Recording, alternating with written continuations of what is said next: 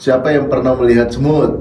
Ya, pasti pernah melihat semut ya. Dari banyaknya ciptaan yang Tuhan ciptakan di muka bumi ini, semut dipakai oleh Tuhan sebagai perumpamaan dalam Amsal 6 ayat 6 sampai 8. Nah, adik-adik, semut itu mengajarkan kita pada saat ini untuk rajin dan tidak bermalas-malasan. Nah, begitu kira-kira temanya ya. Bahkan walaupun semut tidak memiliki seorang pemimpin, semut tetap tidak akan kekurangan makanan karena semut tahu bagian yang harus dia kerjakan. Ya, berbeda mungkin ya dengan kita manusia, terkadang membutuhkan pecutan seperti kerbau yang bisa menyelesaikan sebuah pekerjaan tertentu ya. Meskipun badannya kecil, penelitian menyebutkan bahwa semut adalah binatang yang paling kuat. Bayangkan saja, satu ekor semut dapat mengangkat sesuatu yang 50 kali lebih besar dibandingkan badannya. Nah, sikap pemalas ini diawali dengan sikap yang suka menunda pekerjaan. Sikap menunda pekerjaan adalah sikap yang buruk yang dapat berakibat panjang dalam kehidupan adik-adik semua. Semut ini dalam Alkitab kita, dia mengajarkan untuk tidak menunda-nunda pekerjaan. Adik-adik yang disayang oleh Tuhan Yesus, nah kita Amsal ini mau mengingatkan nih tentang bagaimana menyediakan roti di musim panas. Roti dan makanan itu kan adalah hal yang pokok tuh yang dalam kebutuhan manusia. Itu sebabnya harus ada persediaan untuk mempersiapkan diri untuk mengantisipasi yang terjadi di masa depan. Misalnya tuh pada saat musim dingin. Nah, manusia perlu memikirkan untuk mengatasi masalah kekurangan atau kelaparan di masa musim dingin. Ya, di kala musim panen berlalu juga ya. Nah, semut memperkirakan kesulitan yang dihadapinya untuk mendapatkan makanan pada musim panas. Nah, itulah adik-adik, sikap semut ini yang di musim panas menjadi teladan karena ketika cuaca panas, ia tidak bermalas-malasan atau bersenang-senang. Semuanya sibuk bekerja mengumpulkan makanan dan menyimpannya. Semua juga mempunyai sifat tolong-menolong satu sama lain. Jika ia membawa beras atau makanan lain yang cukup berat, maka teman-temannya itu datang untuk saling membantu. Nah, adik-adik semuanya, ada nih perbedaannya. Kita lihat akhirnya mencolok antara orang rajin dan orang yang malas. Nah, Alkitab itu selalu menggambarkan bahwa pemalas itu sebagai orang yang sedang tidur, orang yang sedang ngantuk, berbaring, melipat tangannya seperti di ayat 10 ya. Ia membiarkan dirinya dikuasai oleh sikap malasnya. Ia membiarkan waktu berlalu tanpa berbuat apa-apa. Nah, sebenarnya prinsip sebenarnya dalam hidup kita adalah yaitu sebentar lagi nih, kata orang malas ya. Dengan kata lain, ia terus-menerus menunda setiap kesempatan yang datang. Ia terbenam dalam mimpi-mimpinya sehingga tanpa sadar dengan cepat waktu udah berlalu. Nah, baru ia menyadari ia sudah ketinggalan jauh dari teman-temannya. Apa yang terjadi dengan hidup kemudian? Maka datanglah kemiskinan menyerbu hidupnya.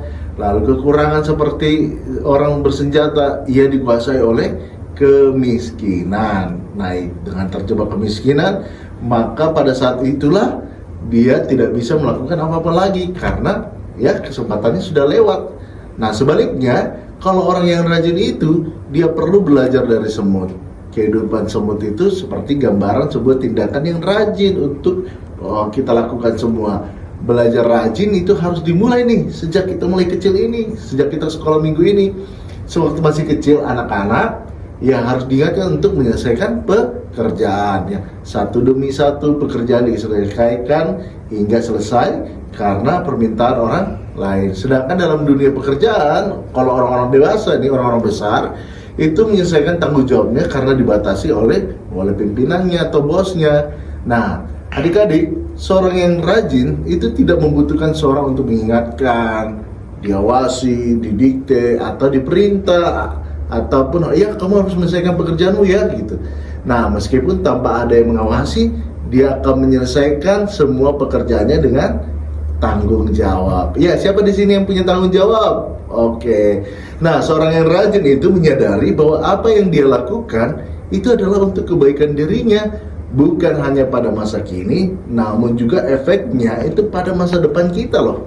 Nah, adik-adik, di ayat 7 ini juga menggambarkan bahwa semut-semut yang bekerja ini dengan tidak ada pemimpin, pengatur atau penguasanya loh.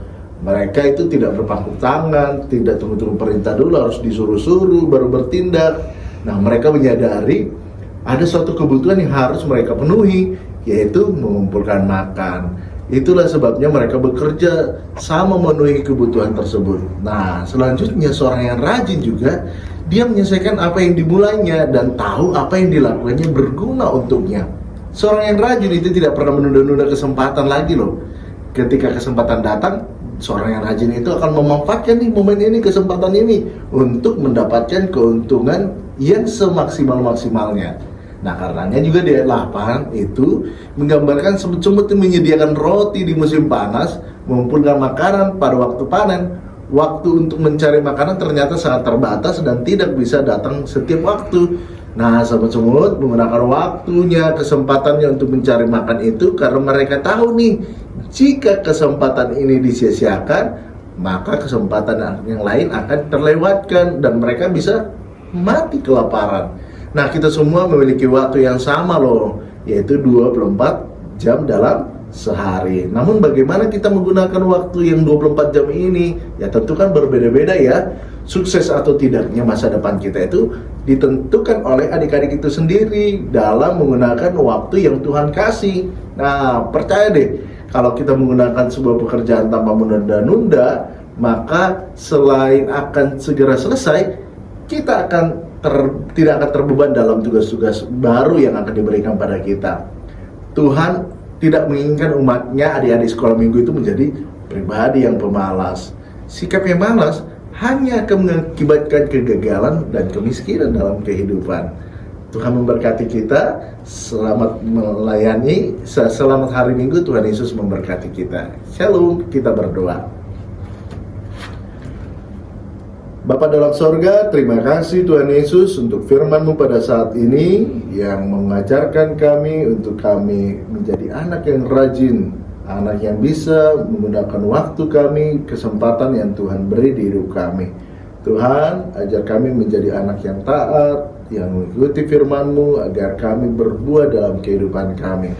Kami mendoakan untuk orang tua kami, orang tua sekolah minggu dimanapun berada. Tuhan menyertai, membimbing dan memberikan hikmat kepada setiap orang tua agar boleh lebih mengasihi anak-anak di dalam rumah, dan juga Tuhan untuk aktivitas anak-anak juga bisa terpenuhi untuk kegiatan mereka. Berkati dan kuatkan setiap orang tua. Bapak juga kami berdoa untuk adik-adik kami sekolah minggu dimanapun berada.